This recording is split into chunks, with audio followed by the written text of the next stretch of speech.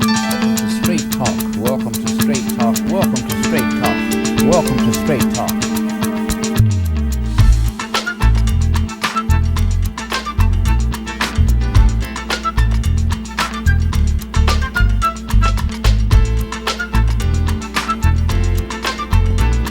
African President of the United States of America, President Barack Obama. Good to see you. I just want to say everybody back home, right back at you. We appreciate you. You always give us straight talk.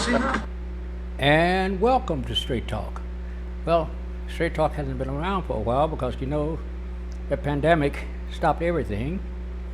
And I didn't want anybody to come here and say, oh, I caught, what do they call it? Coronavirus? COVID-19. Or COVID-19. Yes. COVID-19. I didn't want that, so we just closed down for that period. We had no money coming in place. All our businesses were closed. Everything was closed. And do you know, I got my friend here with me. Let me introduce him before I get into things. Brother Randrea, say something to the audience. Something to That's the enough. You said something. Something to the audience. Oh, something to the audience. Okay. What bothers me is the fact that some of the companies were calling people and telling them that your bill is due. Okay, you're going to pay your bill. We're going to cut you off. Did you read the news? Have you been watching the news? All of our businesses are closed down. I'm not working. I'm at home, and everybody is giving reference to that, and they're not cutting off things because of that, because they know, in fact, they're putting everything on hold until it comes back, until the businesses open back up, and everybody go back to work, and with that happening, we come to a conclusion where now we start paying our bills. Why are you messing with people? Had one guy to call me and say, well, we're just going to close you down. Close you down what? The telephone. I said, you're going to close my telephone down, you'll never get it again. You'll never have my services again. And I'm not going to pay you until sometime around July. But instead, we paid in June. It's kind of strange and weird, WR. How is everybody laid off? Nobody has a job except the people that call you to pay your bills. Right. And they're working from home. Right. Because they know how it is. They know the businesses are closed. And they're answering the telephone from home. They're answering the computer. All these people, you know, they got 2 or 3 people at home calling and making threats and all that bull junk. So. Well, you know, they just, as we was talking earlier, at the end of the day, what's at the bottom of anything to get done well, WL, people have to care. And at the end of the day, they've shown you and told you by their deeds and actions that, WL, we just don't care. And you have to show them with your money and say, you know what, when you come back up and or as I leave your business, I don't care about you either. That's right. Absolutely right. With all the picketing, protesting, and everything, the only real protesting, the only picketing that ever has seemed to ever do anything was that when you took some money out of somebody's pocket in America. It's never been, you know, people can take the shouting. I mean, people can take the you being mad at them, but at the end of the day, when you hit them in the pockets, that's where it hurts in America. That's where it hurts. Yes. Absolutely right. Yes, and that's pretty much why most poor people get taken advantage of, because it's not that they don't have the power, they don't know their power. Well, see, the point is, when you say power, whenever I hear the word power, I think about the politicians in Illinois. I don't know about the rest of the country. I can't talk about New York and L.A. I can't talk about those places. I'm talking about Chicago, because this is my hometown, and I'm not satisfied with what I see. I'm not satisfied with what I see. I see people that we elected to positions to do a job for us, to serve our needs, acting as if they're running us. saying things that can't happen, shouldn't happen, doing things that they shouldn't do. I'm talking about even the governor, you know, straight on down the line. You cannot just make up a law yourself. You can't do that and say, from now on we're going to start doing this to you and that to you if you don't do this. How? I didn't authorize a referendum for. I didn't authorize a vote for that particular thing to be messed with by the government, or by the governed. We're the governed, and the politics are controlled. The politicians are really under the control of the governed. They, even on the side of a police car, you see, serve and to serve and protect. That's what their job is. That's all. Serve and protect. You know what I've seen in Chicago politics, WL? And like I said, I don't know what happened, but we know what happens in other states and cities, but we pretty much stay particularly, like you once said a long time ago, all politics are local. Right. So what happens in our local politics, they don't even run on who's going to vote. They run on who isn't going to vote. And right. tell you what I mean by that. In an area like Roseland, where there are like 100,000 people, the Ninth Ward, where there are about 100,000 people, the alderman will win because he has 2,000 votes. That means 98,000 people didn't vote. So he doesn't worry about who votes. He only makes sure that he get 2,000 people to the poll. Well, you're just joking when you say 100,000 people, right? Well, I don't know. Like in Argyle Garden by itself, you got to have at least 10,000 people. In the Ninth Ward, I'm saying in the Ninth Ward. I'm in the Ninth Ward. So imagine how many people you got in Roseland. I've never heard no ward that big. Okay, even with the projects. Okay, with the gardens, let's say 10,000 people. What do you think the population? 10,000 would be good. Okay, 10,000 for the ward. Say it again. 10 you don't think it's about 10,000 close to 10,000 in Argyle by itself? No. I say 10,000 to 10 to 15,000 in the ward. Okay. Well, let me tell you. Let me explain this to you. In Argyle Gardens, you have 17, what they call 17 blocks. Each block has at least 1,000 people in each block. Now you do the 1,000 times 17 blocks. That's 17,000 people right there. Yeah, that could be true. Yeah. So, but even with that, with 20,000, let's say 20,000 votes, he wins with only 2,000 Wait a minute, votes. in a precinct, you're talking about a precinct or just? No, I'm talking about in Argyle Gardens. I see, but a precinct you're talking about, right? Yeah, I'm talking about the Ninth Ward, the whole Ninth Ward. That's the ward, but then you got The precinct. I'm talking about this whole voting, the ward that that would ward put consists of more than one yes, precinct, right? Yes. What I'm saying, that would put the alderman in office. What I'm saying is that he wins by 2,000 votes, which means most of the people didn't vote. So all he has to do is basically get his 2,000 votes together, and he wins because the other people don't. Which kind of like what would happen with Trump. Trump says, you know what? I won't win the popular vote. I will win the electoral vote because I know in some states I'm going to win because the people stayed at home. So my competitor won't win that state. Because in that state that has X amount of electoral votes or whatever, he won't win those votes because I know those people are going to stay at home. See, it doesn't matter whether they stay at home or not. He's absolutely right. So first off, see, that's who puts the president in office, period. That's the electoral college, yes. Right. Now, some people are like Clinton, not Clinton, yeah, Clinton and Kennedy. They had the authority to win by themselves. When you put somebody in by Trump, like Trump, they got the electoral college set up around the country, in different areas. He's going to win the election. Mm-hmm. And see, that just, it bugs me when I hear individuals who are knowledgeable of this stuff saying over there, we got to raise money and we got to vote for Trump. We got to make sure not vote against Trump. We got to vote for whoever runs anybody against runs Trump. against him. Right, anybody who runs against Trump.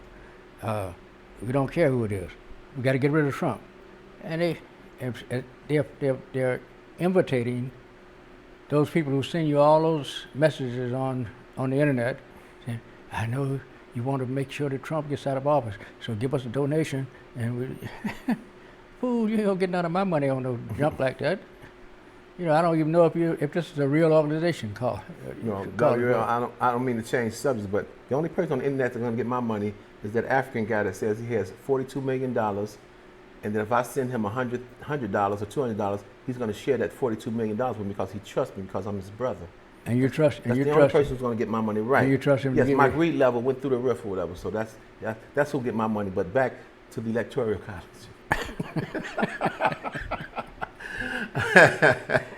You're funny. Well, that's what I'm here for. I'm the comedic relief. I know. But anyway, the very point that these people send you all these messages on the internet. WL, you need to. But Joe Biden needs your help. Yeah. Joe Biden, the party, the party Democratic needs your help, yes. Yeah. And we got to beat Trump. We got to beat Trump. They know damn well they can't beat Trump. They know better. They know what the Constitution says. The Constitution says because the American public may not be sophisticated enough to elect the right person to the office of president, we have the Electoral College to straighten it out. Nothing about if they win or if they do this. The Electoral College is going to straighten it out. If Trump lost by almost 3 million votes to Hillary, the Electoral College put him in the office. Well, let me share something with you, WL. Like I said, it's not a fact until you guys out there do your own research. But this is the information that I received: is that when Trump was grabbing women's vaginas, and the women of America were totally mad at Trump. They were mad at him, but they weren't mad enough at him to not vote for him. They didn't vote for him. No. They didn't vote for him. Well, the statistic, Well, maybe they did, the but I statistic don't says that the African American women voted against Trump. The white American women all voted for Trump. African American women voted against Trump. The white women voted for Trump, and they said the reason being is that the white women didn't want a woman as president because they didn't believe that she could hold the values that the white man could hold, that type of power and control the virtues of the white woman. They didn't trust Hillary with that power. You know what that is? Back city talking. That's Okay. all. Well, let me further go to. Because like I said, let me- Trump was going to be president regardless Let- of what. let me He fur- told let me- he told the people in the beginning. They telling about how he wasn't qualified and so on and so forth. He said, "Listen, let me tell you something. I can go and shoot somebody in the middle of Manhattan right now and still become the president." Correct. Because at the end of the day, we're agreeing to disagree, but we agree. Here's the thing: is that people were afraid of not having white power in office, and I'm gonna tell you what I mean by that. They showed a Asian man who was getting physically abused by a white man. He was getting physically abused to the point to where people started looking very strange at the white man who was beating the Asian man. The Asian man got tired of getting beat. He fought back and went to grab the white man. Everybody got up to save the white man. Because at the end of the day, white power was being threatened, and they had an innate back belief that we must protect white power. And the same thing happened too back in the slavery days when the slave master would rape a slave. When he would leave, his wife would be mad at the black slave woman and says, "What's your problem? Why are you allowing my husband to rape you?" She believed she still had to hold up the virtues of white power. Instead of her realizing that I got an alliance with this woman. I know a lot of them who they knew their husband was having sex with the woman, with the slave woman. Mm-hmm. She would go out and have sex with the man with her. Exactly, but see the thing is that now neither the black slave or the black woman had control of their bodies. Right. They were all being taken advantage of, and the slave master would kill the black man, and the slave and the woman master's wife would want to kill the black woman, and neither one of them had control of their body because at the end of the day, white power was the total autonomy and authority of the day. Like I said, today, that's what I said, even poor people realize that sometimes out of instinct, we uphold the power of white America before we even think about ourselves. Right, because everything is centered around them. Yes.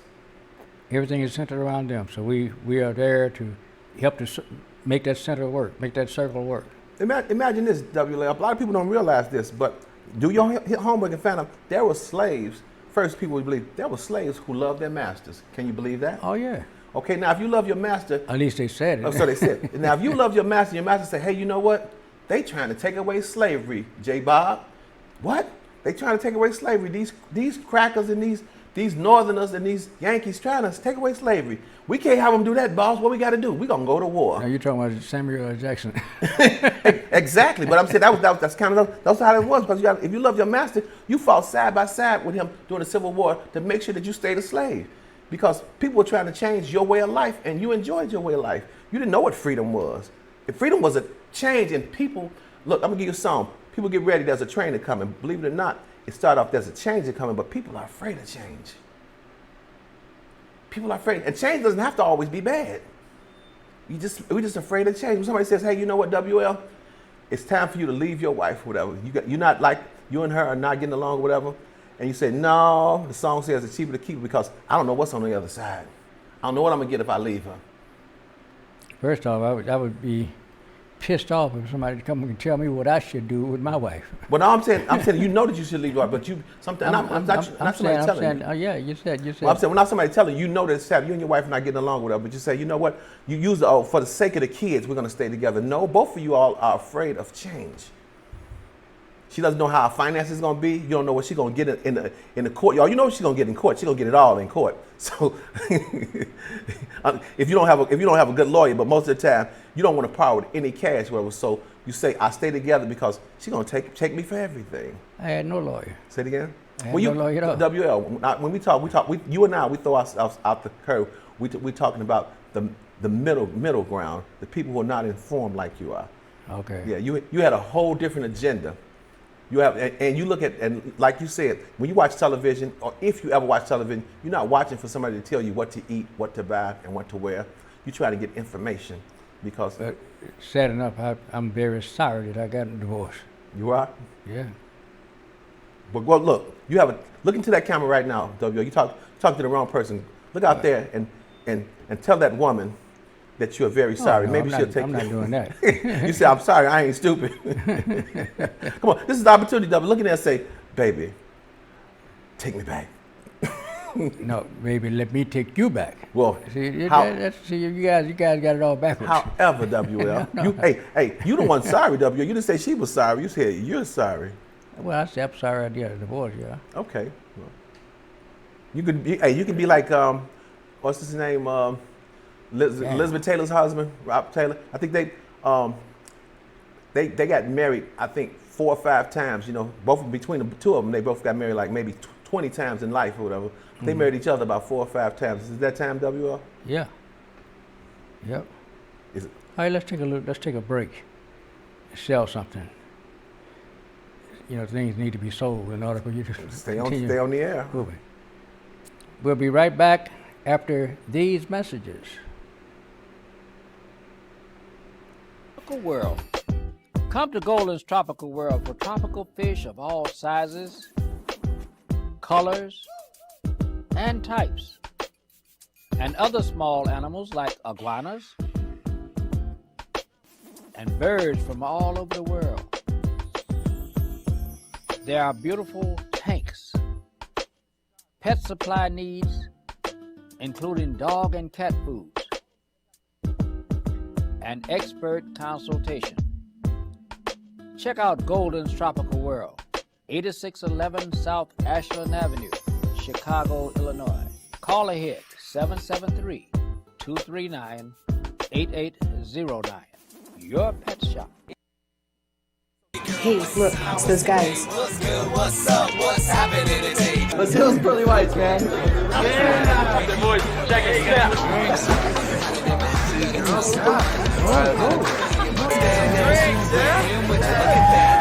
Stand up, do my challenge, don't compare it.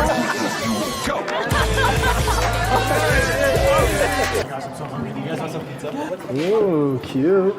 Are you good to drive? I'm fine. Hey girl, what's up? What's the name? What's good? What's up? How many did you have? I should be fine. You should be. Sir, go and step out of the vehicle for me. Yes, sir. See ya, buddy. Today, Sean's got a hearing. We'll see how it goes. Good luck. So turns out, buzz driving and drunk driving, they're the same thing, and it costs around $10,000. So not worth it. Stoppable. Nothing can throw you off track. Wait, is that your car? Uh-oh. Yeah, I saw that coming. That will throw you off track. You're looking at around 10 grand in fines, legal fees.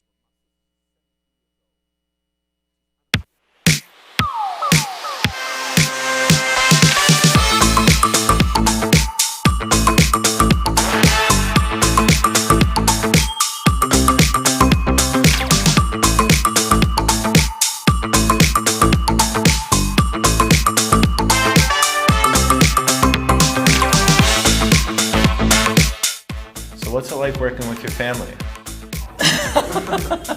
Good question. Right, great question.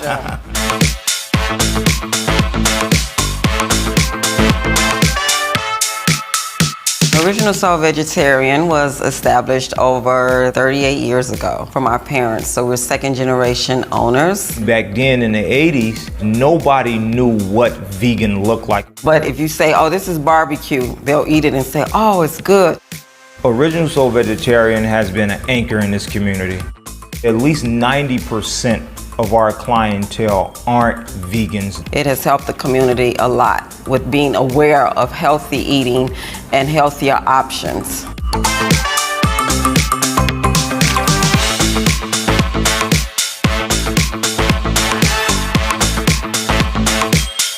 Most of everything that we sell is sourced locally, and it's all made in-house because it's just not about food for us. Your health is your wealth. Just add something healthy to what you're eating. You're gonna feel better.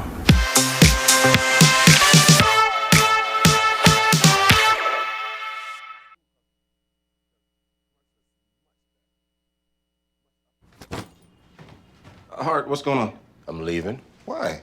What did I do? Not enough. You constantly ignore me. You barely eat anything healthy. You're half as active as you used to be. The pressure is just too much. I quit. Okay, I get it. I'll do better. Just please, don't leave. Okay. But remember, if I go, you go. Listen to your heart. Don't let it quit on you. Uncontrolled high blood pressure could lead to stroke, heart attack, or death. Get yours to a healthy range before it's too late. Cool. Well, we're back, ladies and gentlemen, and we are going to continue our dialogue about what is happening in our community. What is happening in our community should not happen. You've given up. You've given up your power. You have the power to do whatever you need to do as long as it's legitimate. Well, I don't know about that, WL. Because now, who gets to decide what legitimate is in our neighborhood? Nobody. Exactly. So therefore, just do whatever is necessary. If you want to start a business, start a business. Yes. You want to go out and sweep the streets around restaurants, make money, make the money. You brought up the Kennedys a while back, and you brought up the Clintons or whatever. Now, I don't have the exact paperwork, or I don't have the exact factual information, but I do believe from listening that their wealth was created on illegitimate business. So always when it comes to poor people, whatever, we always have to do legitimate business. But everybody from the Kardashians to the Clintons to the El Chapos, whatever, they start off they do what they have to do to make their money and legitimize it, and then later on they use that wealth and power to buy politicians and to buy influence or whatever. And at the end of the day, they ask us to say, hey, no, you got to have legitimate business or whatever. Well, see, the point is, what can the politicians do for them without our permission? That's the point. We got to keep that in mind. And we got to change the system. We got to change the system. We got to let folks know that, hey, before you can make a decision to sell something, before you make a decision to buy something, you got to have a referendum. That's of all the people in the city. And if the people vote for you to change, buy, or sell, then you do it. If not, you say, well, we lost that. Well, like we said earlier, at the end of the day, most of the politicians that we know, especially in the city of Chicago, are paid by local businesses. Local businesses give to their campaigns, and the people in the neighborhood don't give to campaign, and the politicians don't believe that the people will exercise that power. That's how the people got away with selling the meters. Say it again? What you're saying. That's how they got away with selling the meters, Mm-hmm. because of that. See, Mayor Daley is a slick man. They call him slow-mo, but he's slick. He's Was very it smart. him or the people that he represented slickness? Because you remember he failed the bar exam 3 times. He wasn't smart as Daley. His brother Bill and some but of he them still other people. became a lawyer. Yeah, oh, yeah, well. But I'm saying, was it Mayor Daley? Was it Bill Daley and the machine? What they call the machine? Cecil Partee. Who say that again? Cecil Partee. So exactly. But anyway, the point is, if we follow the Constitution, we know that all the facilities and machines in Chicago belong to us. They can't go and buy a fleet of new cars without a referendum. But they do. They do. Now, Daley would have a very good defense, because they change it around a little bit. You can say, well, I told the alderman to make sure that, you know, that everybody wants to do this sale. We're going to sell the meters and let them put their own meters in. Hell, we're going to go from paying a dime to $3 to park. That don't make any sense at all. Well, look, like you said, the people. And they're not coming to the city, they're going to the people who bought it. The people don't know how to use their power. I'm going to tell you how bad it is. The people, as far as we know, the voting people are adults. These are adults. Let me tell you a story, WL. There was a TV show called Different Strokes, starring a small child named Gary Coleman. Gary Coleman was making the network and his family a large amount of money. He looked around and accidentally heard over one day that he was the one that was making the money. The checks and the money was made because if he left the show would fail and nobody would make any money. And as a child, he recognized his power. He came to work one day and said, I will not go on stage unless y'all give me a Superman outfit. And you know what they did, WL? They got him a Superman outfit. But that's just a small example of that. He recognized his power. If But he his power was to get more money. well, his power was that he could, that without him, he was the engine that made things go. Like you said, the people, the basketball players, the entertainers, whatever, these are the ones people come to see. They don't come to see Jerry Reinsdorf dunk a ball. Or anybody else. Or anybody else. They don't come to see what's the Live Nation. They don't come to see him sing on stage or whatever. They come to hear Patti LaBelle. But they get the small portion of the money, and these guys get rich or whatever, and don't realize most ball players make enough money to buy an auditorium. They can buy a theater. If that's what the owners bring to the table, is that, hey, we've got a stadium. Hey, we've got, and right now they don't even care, WL, if the seats are even if nobody sits in the seats, because they don't make their money, their big money, from attendance. They make their money from television revenue. That's why they say when they come back, we don't even need anybody in the stands. And the television revenue is shared equally around every team, so you don't even have to win a championship to be rich. But the people, I call it their cool. The people have lost their cool because they don't know that they have that cool, and that cool is what sells. But you give it away when you say, hey, you know what? I'm George Washington Carver. I just invented a paste that you can spread on bread. He's like, oh, I don't want that. And Skippy Martin and Jiffy Jones said, hey, I'll take that. So at the end of the day, the rappers and these people, they say, hey, you know what? They did that with the Native Americans. Say, hey, you know what? Do y'all own this land? He said, what is owning? He said, oh, okay. It's like have a piece of paper that shows that it's yours, like we have right here. This is a piece of paper that says we own this land. The Native Americans respected that. And that's what we do. As rappers, they say, y'all own rap? I said, no, let me show you a piece of paper. This is a trademark right here. I'm white and I own rap now. I get to tell you what to do. So at the end of the day, we don't recognize, and that's what you and I have to get across to them, WL, before we can make a move and get these people to do what they're supposed to do. We have to recognize our power. We can't give our cool away. You got to recognize and stand on it. Say, hey, at the end of the day, let me tell you a story. And this is for everybody out there. There's a company called ABC. Have you ever heard of ABC Telecommunications? Okay, they have a lot of a lot of cell phone stores. ABC? Mm-hmm. Never heard of it. They're all over the United States.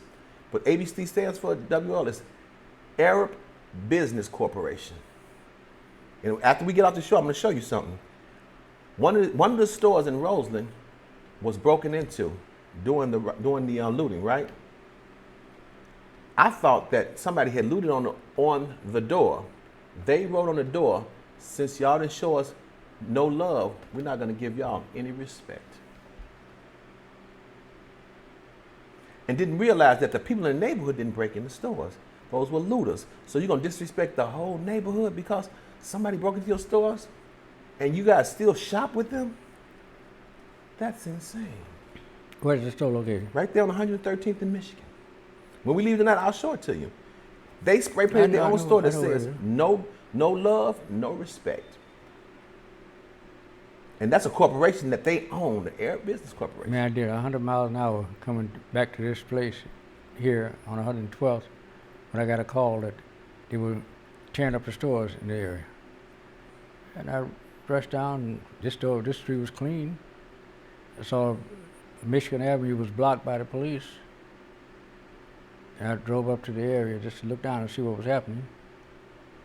And I saw kids breaking the windows, and the police is holding the area right back for them. Oh yeah, I seen the police. I came back to my gate, and here's a guy coming down the street with an arm full of clothes and with back braid, big bags of shoes and shit on his back, and he ran back to this new car sitting in front of our driveway, opened the trunk, and put it in. Started to close the trunk. His girlfriend yelled, "Hold it!" He said, "Oh, I didn't know you were there." She come down. She had a big load of stuff. She threw it in there. They locked the trunk and went back for more. Well, and this is a true story too, W. I've seen some people running and drop their stuff, and the police picked it up and gave it to them. Yeah, I listen. They were at 113th. 113th. They were 113th to 112th, and they blocked everything off for them. Nobody can come through. Nobody can come back this way to let them get through looting.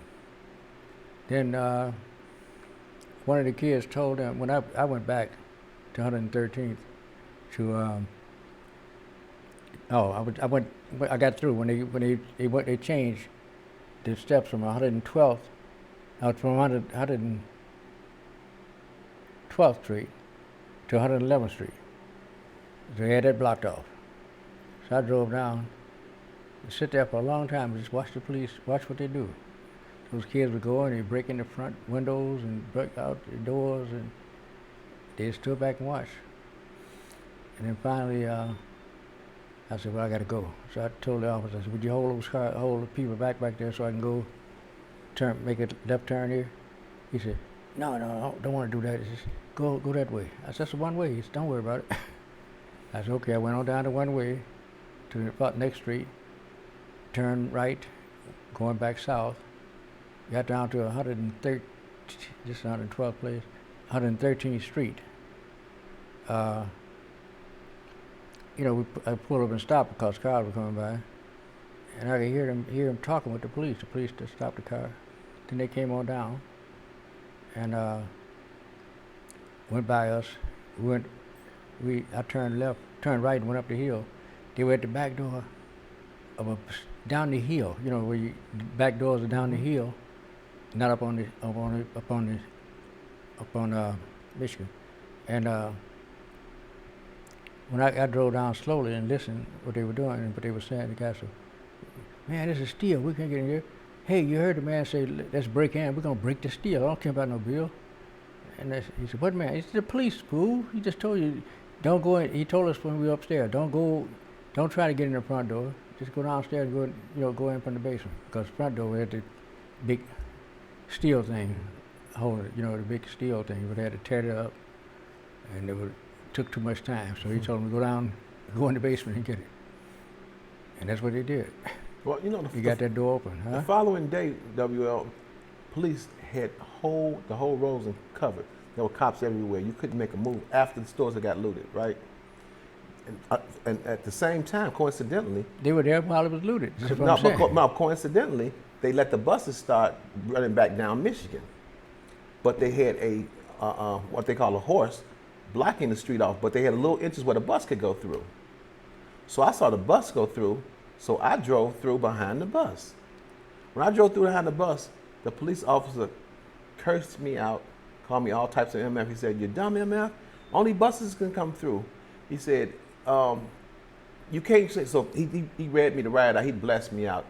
I looked at him, I said, "Why couldn't you have this same type of disbelief and discontent and save some of these people's stores that you having with me, because you see I'm a law-abiding citizen. You're going to push your authority on me because I'm a law-abiding citizen. I'm not going to jump out and do anything on you. But you said nothing when you saw people breaking the law." What do you say? You don't even want to know what he said, Joe. He got real urban on me. He said, "Your mama." No kid. I kid you not, WL. These people don't know. They don't know how stupid that is. Yeah. Well, for them to take. But at the end of the day, they do know how stupid that is, WL. But they've been. I told you this a long time ago. A story when I came on before, whatever. That there was a 5-year-old girl on the bus who cried for 35 minutes because she said her little brother got 5 and she got 1. I didn't know what the 5 was and 1, but for 35 minutes, she told her mother. Then they finally got the bus. I never found out what the 5 was, but for 35 minutes, and probably when she got home, she wasn't going to take injustice, WL. We learn to settle, and we always say things like, "That's just how it is, WL." Remember back when you used to go down south, when you're from Chicago, and you see some of your southern relatives telling you don't say nothing because when you leave, that they're gonna jump on us or something like that or whatever. You know, you come down here, they look at us as agitators because we stood up for our own rights or whatever. You know, and we got to the point to where we say that that's just how it is, and that's just what's supposed to be. That's just, you know, we supposed to be subservient. They supposed to be on top, and we'll fight to keep that status quo. Well, see, before I came here, at the age of 11, in Memphis, Tennessee, I went down Beale Street. There was the police were standing outside. You know, the police were all white at the time, and I think right after that they got a couple of black policemen to handle the blacks. They couldn't handle anything but black. But anyway, I think they started it just before I left and come to Chicago, which was about a couple of months. And I'm walking down Beale Street and going to the theater, movie theater, New Daisy, the old Daisy. No, we were going to New Daisy. Which theater were you going to? The New Daisy. Okay, because my mother used to go to the Orpheum. I don't know where the Orpheum is. Okay, the Orpheum is on Beale. It's on Beale Street too. Oh, it's probably something lately. Back at the time when I'm talking about, they had to. Well, my mother was, now would be like 90 years old, 80 some years old. So it was back then.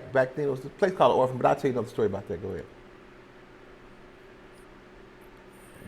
Go ahead. You was talking about the police. When you cut me off, I forget things.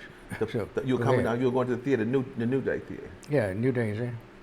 And on the way, they had the streets. The sidewalk was full of policemen and people standing around looking. And I walked up and I looked too, and started to go through. By this time, a black guy come up, went through one of the police. What's wrong, boss? In, kill another in? He said what? In, kill another in. He didn't say in. You know what I'm talking about? Yeah. And I said, why would he say that? I said, man, I'm disgusted. That's why I was ready to come to Chicago.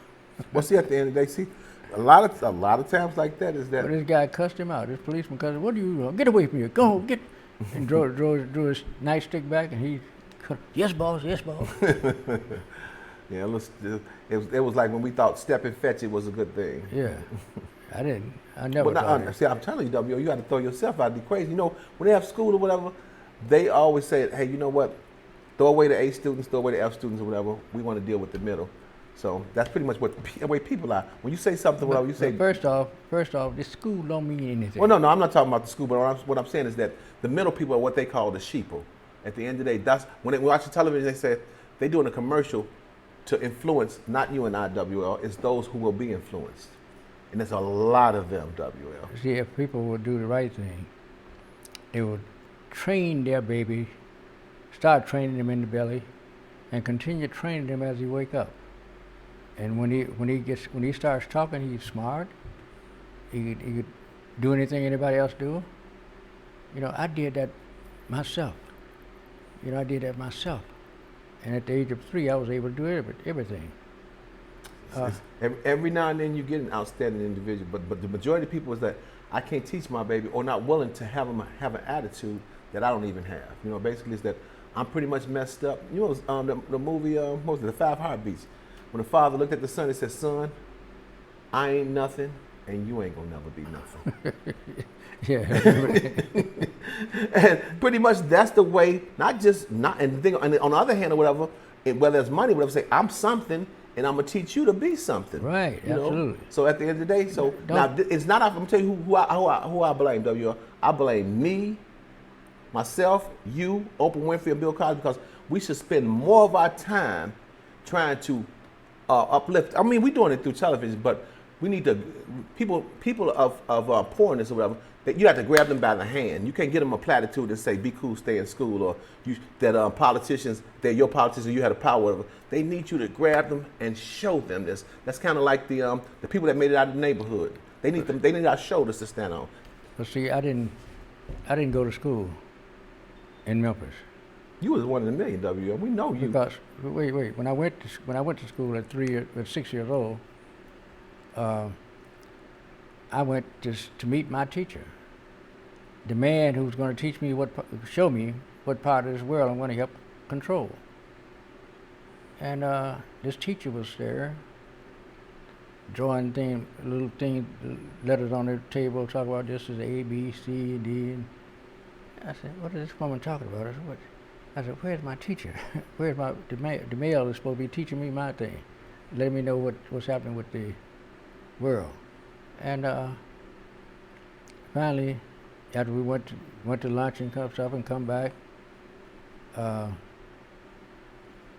I raised my hand. She said, "The next bell you hear will be a warning. So I want you to stand up and line up along the wall. Then you hear 2 bells, ding, ding. March out and meet your people, and I'll see you tomorrow."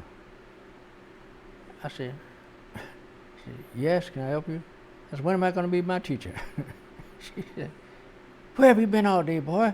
My name is..." And I said, wait, I know your name is. I told her name, but she wrote it anyway on the board. And I said, "I've been here all day too." And I said, she said, "I didn't even go to the lunchroom, remember?" I said, "When you told the people to follow the yellow line to the lunchroom and follow the yellow line back when you're finished. But if you got your lunch with you, you can sit here and eat." I had I think an oatmeal sandwich or something with something in it, and I had one of the kids would bring me a chocolate milk, and he did. He brought me the chocolate milk, and so I told the teacher, I said, "I was here all day. I didn't even go to lunch. Remember, I sit right here." And somebody brought me my chocolate milk, and I ate my oatmeal cookie, and now I just want to know where my teacher is. I kept saying, my teacher. He didn't show up. He did not show up at all. She said, "Get your ass up against that wall." I didn't go along the wall. I got up against the wall, like she said. But I know they beat you down there. So I went home, told my grandma. She said, "How'd you like school?" I said, "I didn't like it." She said, What do you mean?" I said, "I don't want to go to that school. I don't want to go to school." She said, "You got a mind, son. Don't let nobody take it away from you." I said, "Okay, let me go to work with you." She said, "Okay." Every morning, we would take a streetcar downtown to downtown Memphis, go to the bus station. At the bus station, they got trucks and, buses, yellow buses, all around the place. We're taking people from Memphis to either across the bridge to Mississippi or across the bridge to Arkansas. So every day we went to Mississippi. It's one place. Because it was a big place, but then they had other little places next to it. So I got out there, I saw all these palaces, people putting their bags down and walk to go get water. And that evening, this one guy come back to the bus and he said, "Man," he said, "this is my last week of working in the field. I've been here, at the end of this week, I'll be here a month. I haven't made $3 yet." He said, "Now that's a shame I can't make $3 a day, all this hard work I'm doing." And I thought then, I said, wow, I saw this guy set his bag down at least 4 or 5 times to walk way across the field to get water. So he can't, so I said, okay. So I asked the bus driver, "Can I bring my wagon, my little red wagon with me to school?" He said, "Yeah, boy, but push it under the seat. Don't let nobody fall over it." I said, "Okay. You need something to play with." I said, "Okay, play." I put that wagon under the seat. When I came the next day, and I took it out, and I said, "Okay, I'm going to play." Went to the water fountain and let it be known. I said, "Tell everybody, I'm bringing water to them. They could, how much you selling it for?" I said, "Whatever they want to give me. I'm just helping them out with the water." I said, "Okay." So they told him, and I poured water through the field all day. That evening, the same guy who said he was leaving, he come running down the field at the end of the day. He said, "Yeah, that little old boy brought me water all day long, and I made $3.25 a day. He said, I ain't worried about nothing now. I ain't worried about nothing." I said, he said, "I made $3.25, and next week I'm gonna make more, 'cause I didn't have to go walk for water." so I said, "Now this fool gave me, I think, about 30 cents for water. Before now he got $3.25. He didn't make that much money. he made $2.90. so 95 cents. But anyway, he stayed there. He made more money because I brought him water every day, and I worked my ass off, man, for about 3 or 4 months. But the killing part, he told me he made $3.25. You know how much I made? How much? $18. Wow. And that was a lot of money back in those days. So he said, after they finished, after about 4 months into it, I said, "Hey man, I'm tired now." And I asked some of the people, I said, "Don't you people have children that could pull wagons?" "Yeah." I said, "Well, bring them. Let me put them to work. Make some money." "Oh, that was so nice of you." So they brought me 7 boys and 2 girls. And they pulled, I filled up their buckets. I said, "When you run out, just come back and fill up the bucket yourself." "How much do we charge them?" I said, "Don't charge them anything. Just tell them you're giving them some water, and you can pay me. You can pay me what you can pay me, what you can afford." "Oh, okay." So that's what they did. The guy was 13 years old, the biggest money maker that particular day. He made about $20-some, $22, $23, $24 what he made. So we split $12 a piece. They said, "How we gonna?" I said, "Whatever you guys make, we just split halfway." So he gave me his 12, and everybody gave me their money. But he made the most money. And no, you made the most money. I'm talking about up at Pickers. Oh, the Pickers, yes. I did pick too. I carried water too. You did a Jerry Reinsdorf and what's his name at Motown or whatever. You did a Barry Gordy or whatever. You said, "Hey, you know what? Y'all tired of making this little $3 on the field and not getting paid with this person. Look, let me get you some water. Buy my water. Now you're gonna make $4 on the field, but when it's all said and done, I'm gonna have everybody's money." Who was this? You. That was you. Oh. You told it. You became. Look, they was really saying that they was tired of working the fields, and at the end of the day, they wanted to make more money. You was like, "Well, I'll tell you what. You won't make more money, but you won't have to worry about going to get water." But the only person who was getting rich was you. Well, yeah. Yeah.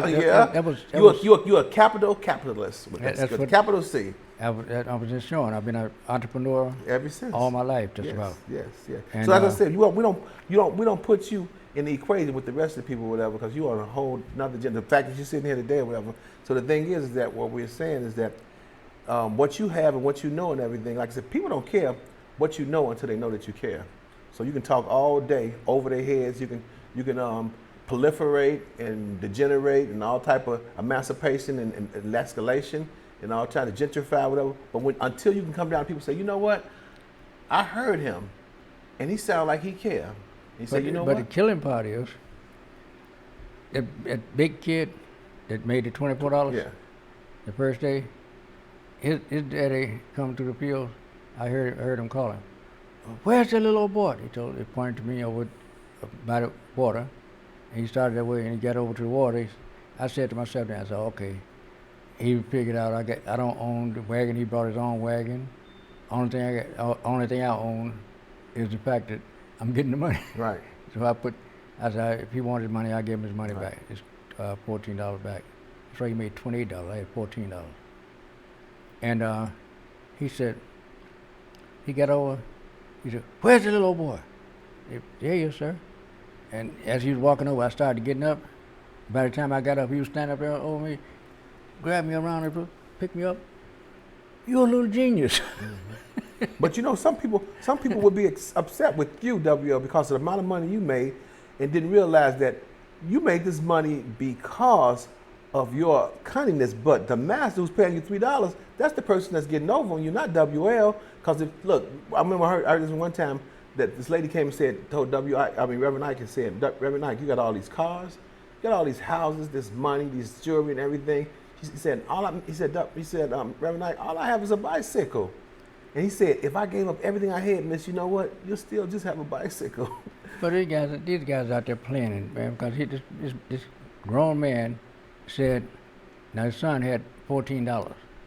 He said, my son made more than I made in any 2 weeks. Mm-hmm. More than I made in any 2 weeks. That should have gave him enough sense to say, now I should go to master and say, at the person who owns the thing, and say, look, I'm doing most of the work or whatever. Why I'm only getting $3? It didn't dawn on his mind to say that at the end of the day, his son and you recognize that, hey, you know what? We can be our own boss. You could be your own boss too, Daddy. That's right. If this little boy right here, he's a genius, yeah, but you're a genius too, Daddy. If you recognize it. Exactly. If you recognize it. And that's what we was talking about earlier. I said, W, we have to. It's you, me, the Tyler Perry's, whatever. We have to help recognize these people, recognize their genius. What they cool is. It's not really genius. It's just cool. you have everything embedded in you. Invested in yourself, right? That's we have to recognize that it's what's it called? I had a song a while back. Shaka Khan said, "I'm every woman. It's all in me.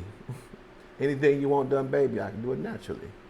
You know, but these are the things that we lose sight of that because of television said, because of this other person who I respect as an athlete says, look at this, W. Let me ask you this, W. Why is it that in poor people, all the poor people's leaders are entertainers, athletes, Kardashians, whatever? These are people, I'm not saying they shuckle and jab and shuffle. But to white people and to the system, they clowns. Why our leaders are the clowns and everybody else's leader are politicians and people of learned information. Some are, you're right. Somewhat. Some are like that. But I'm saying other African nationalities, they don't let the entertainers become the voice of their race. The entertainers not the voice of their race. Their voice of their race are they put their money in their politicians. Say, hey, you're gonna do what I tell you to do. You're gonna put that referendum. They don't let Michael Jordan say. We're gonna close out, and I'm gonna tell you something about that. We are very proud to have you sitting watching us for an hour talk about what is right for the city and what is right for our society and what is wrong for our society. We're going to continue that until we all get our heads screwed on properly, our brains screwed in properly, because we have the power that we are not using whatsoever. We let people tell us, and I hear it on radio sometimes, on black radio, well, in Chicago, we're only about 25% of the population. I said, where do you get some stupid stuff like that from? All the people, they moved out to the suburbs and they moved here and there, out of the state. I said, somebody told you that, and you're spreading it around and got people believing that we're only 25%. We're not the majority anymore. That is stupid. We better get our game together, get our brains screwed in properly. Good night. We'll see you this time again tomorrow.